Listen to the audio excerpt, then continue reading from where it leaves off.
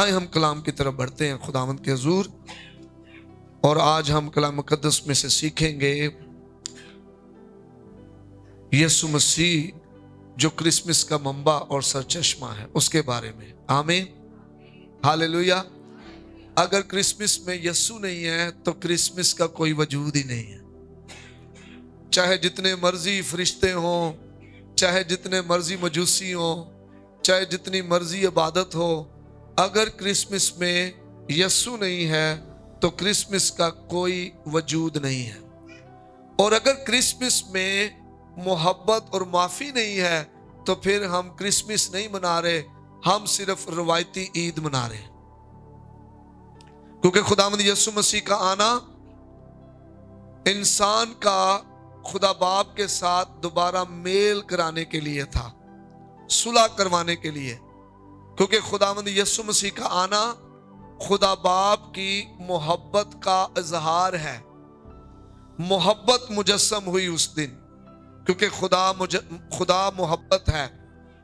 تو جب ہم کرسمس مناتے ہیں اور ہم کرسمس پر محبت نہیں کرتے، معاف نہیں کرتے، صلح نہیں کرتے، ہم دیتے نہیں ہیں، تو پھر ہم کرسمس حقیقی کرسمس نہیں منا رہے، بلکہ پھر ہم روایتی کرسمس منا رہے ہیں۔ ہم دنیاوی لوگوں میں پھر شامل ہیں۔ اگر ہم محبت کے پیغمبر بن جائیں اور ہم لوگوں کو معاف کرنے والے بن جائیں تو ہم روحیں جیتنے والے بن جائیں گے۔ آمین، ہاللیلویہ۔